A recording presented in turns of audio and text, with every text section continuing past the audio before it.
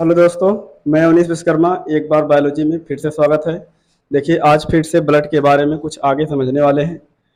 Biology में blood के बारे में आप लोगों को बताया गया था कि प्लाज्मा और कणिका ये दो भागों में बटा होता है आपका ब्लड, जिसमें से प्लाज्मा कितना प्रतिशत होता था? 55%। और बाकी 45% क्या होती थी? कणिका होती थी। 55% कणिका वो प्लाज्मा होता था और 45% क्या होती थी? कणिका। जिसमें से प्लाज्मा में कुछ आपके जल, आयंस, ग्लूकोज और प्रोटीन पाए जाते थे। प्लाज्मा में क्या क्या पाया जाता था? जल पाया जाता था, आयन, ग्लूकोज और प्रोटीन, इतना चीजें ये पाए जाते थे। जिसमें से जल आपका 92% था। कहने का मतलब 90 से लेकर के 92% क्या पाया जाता है? जल पाया जाता है। यानी 99.99% क्या पाया जाता है? जल पाया जाता है प्लाज्मा में। बाकी आयंस पाए जाते हैं आपके कितने प्रतिशत? ये आयंस, ग्लूकोज, प्रोटीन, ये दोनों मिला के आपके 1% पाए जाते हैं। कितने? 1%। और इसके बाद प्रोटीन की बात करें तो प्रोटीन आपका पाया जाता है 7%। प्रोटीन कितना पाया जाएगा? 7%। और यदि अगर हम आयंस की बात करें तो आयंस क्या होता है? जैसे जल जो होता है प्लाज्मा में लिक्विड अवस्था में रहता है, यानी तरल अवस्था में रहता है। और जो 90 से 92% पाया जाता है, जो आयंस होते हैं ये आपके इसमें तत्व होते हैं। जैसे सोडियम हो गया, सोडियम के बाद मैग्नीशियम हो गया, मैग्नीशियम, आयरन आपके अंदर है, तो ये क्या है? ये सब आयंस है। और ग्लूकोज की बात करें तो ग्लूकोज ये हमारे शरीर में किसका निर्माण करता है? एनर्जी का निर्माण करता है। इसका एनर्जी का निर्माण करता है ग्लूकोज। और इसके बाद यदि अगर हम प्रोटीन की बात करें तो हमारे ब्लड में प्रोटीन बहुत प्रकार के होते हैं। जैसे पहला है ग्लोबुलिन और एल्बुमिन है, फाइब्रिन है, फाइब्रिनोजन है, प्रोथ्रोम्बिन है। जिसमें से ग्लोबुलिन जो होता है ये आप लोग क्या का एंटीबॉडीज का निर्माण करता है। किसका? एंटीबॉडीज का निर्माण करता है। एंटीबॉडीज का निर्माण। एंटीबॉडीज का मतलब होता है हमारे शरीर में जो रोग प्रतिरोधक क्षमता को बढ़ाता है।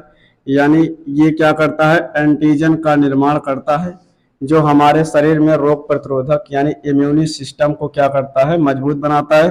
और जो एल्बुमिन जो होता है ये आयन बैलेंसिंग का काम करता है। कहने का मतलब ये क्या करेगा? हमारे शरीर में जो आयोडीन है, सोडियम है, इन सबको ना घटने देता है ना बढ़ने देता है। तो इसका काम कौन करता है? एल्बुमिन करता है। फाइब्रिन, फाइब्रिनोजन और थ्रोम्बिन, ये तीनों हमारे ब्लड को स्कंदन कराने में यानी रक्त का थक्का जमाने में क्या करते हैं? ये सहायता करते हैं। रक्त का ये थक्का जमाने में सहायता करते हैं। कौन? ये तीनों प्रोटीन, फाइब्रिन, फाइब्रिनोजन और थ्रोम्बिन। ग्लोबुलिन जो होता है एंटीबॉडीज का निर्माण करता है, यानी हमारे शरीर में इम्यून सिस्टम को मजबूत करता है। और जो एल्बुमिन जो होता है ये आयन बैलेंसिंग का काम करता है। कहने का मतलब जैसे आयोडीन की यदि कमी हो जाए तो थायराइड यानी घेघा रोग हो जाता है। और जब सोडियम की मात्रा अधिक हो जाती है तो इसी की वजह से होता है आप लोग का। आयोडीन और सोडियम ये दोनों तत्व जो होते हैं ये आप लोग के ये एल्बुमिन जो होता है इस यही जो होता है बैलेंसिंग का काम करता है। यानी न कम होने देता है ना ही ज्यादा होने देता है। एक बार फिर से देख लेते हैं। प्लाज्मा 55% होता है। प्लाज्मा में जल की मात्रा 90 से 92%। आयन और ग्लूकोज मिलाकर के कितना होंगे? 1%। जिसमें से आयन आप लोगों का सोडियम, मैग्नीशियम और आयरन, आयोडीन होता है। और उसके बाद सोडियम भी होता है। फिर ग्लूकोज जो होता है ये एनर्जी का निर्माण करता है हमारे शरीर में। प्रोटीन होते हैं, प्रोटीन के कई प्रकार के होते हैं आप लोगों को जो प्लाज्मा में पाया जाता है। पहला है ग्लोबुलिन, दूसरा है एल्बुलिन, फिर फाइब्रिन, फिर फाइब्रिनोजन, फिर थ्रोम्बिन। ये तीनों जो होते हैं ब्लड क्लोटिंग का काम करते हैं, यानी ब्लड को थक्का जमने में क्या करते हैं? सहायता करते हैं। और ग्लोबुलिन जो होता है ये एंटीबॉडीज का निर्माण करता है, यानी एंटीबॉडी को बनाता है, हमारे रोग प्रतिरोधक क्षमता को बढ़ाता है। और एल्बुमिन जो होता है ये आयन बैलेंसिंग का काम करता है, यानी ये आयन को क्या करेगा? ये बैलेंस करता है। बैलेंस का मतलब होता है दोनों को बराबर रखता है, ना घटने देता है और ना ही बढ़ने देता है। इसके बाद दोस्तों कुछ इससे संबंधित क्वेश्चन आज हम देख लें।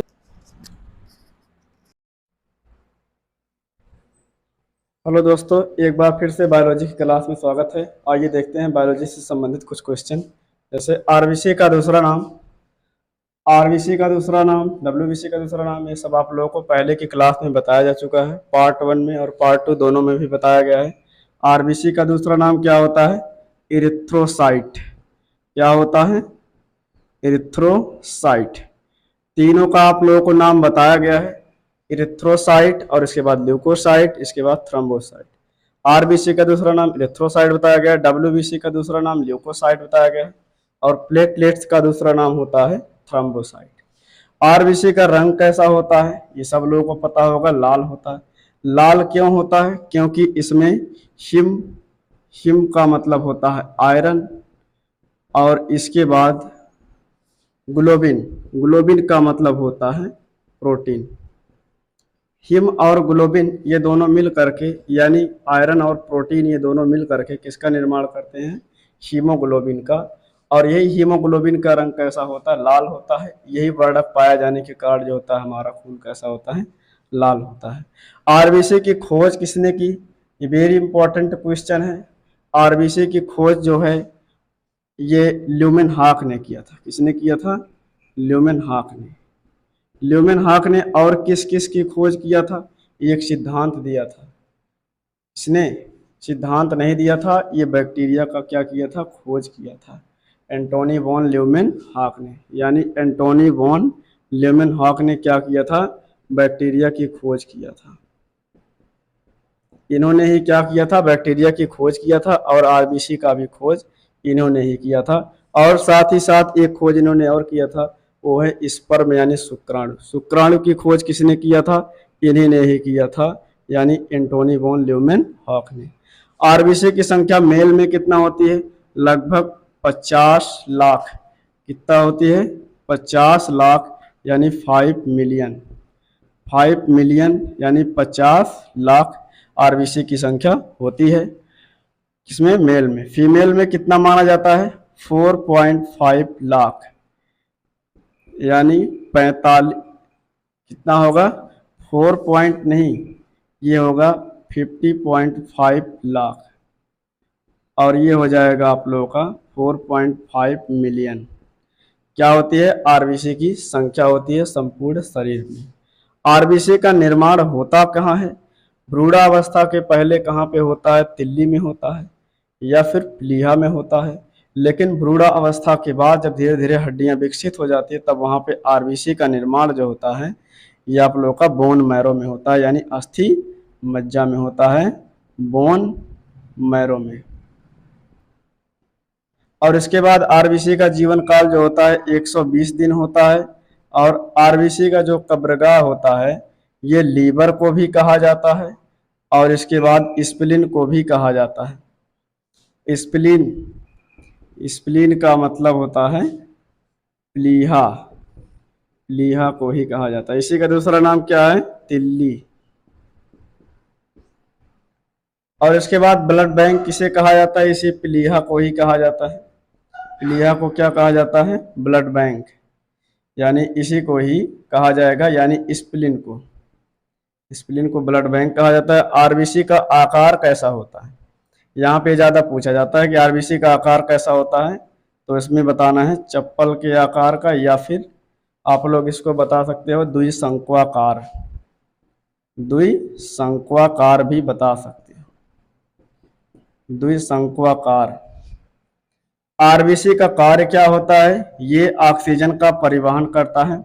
ऑक्सीजन का ही नहीं, O2 और CO2 दोनों का परिवहन का कार्य करता है। कौन? आरबीसी। आरबीसी ऑक्सीजन और CO2, ऑक्सीजन और CO2 दोनों का परिवहन का कार्य करता है। संसार की सबसे बड़ी कोशिका जो होती है, एम्फीबियंस कहने का मतलब होता है, एम्फीबियंस का मतलब होता है उभयचर। उभयचर में किस प्राणी की होगी? एम्फीप्यूमा। किसका होगा? एम्फीप्यूमा का होगा।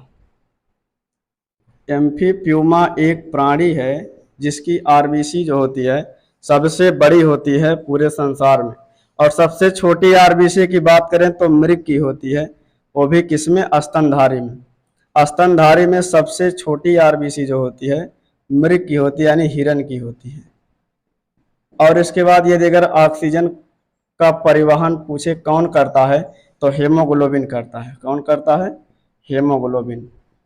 और हेमोग्लोबिन जो होता है, एक हेमोग्लोबिन का अणु जो होता है 4 ऑक्सीजन के अणुओं को आकर्षक करता है, यानी ले जाता है।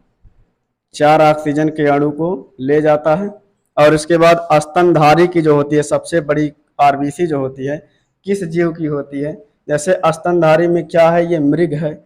मृग की सबसे छोटी होती है, लेकिन स्तनधारियों में सबसे बड़ी कोशिका किसकी होती है? तो हाथी की। फ्रेंड्स, आज यहीं तक वीडियो समाप्त हुआ। अगर वीडियो अच्छा लगा हो तो लाइक करना, सब्सक्राइब करना और शेयर करना। Thanks for watching.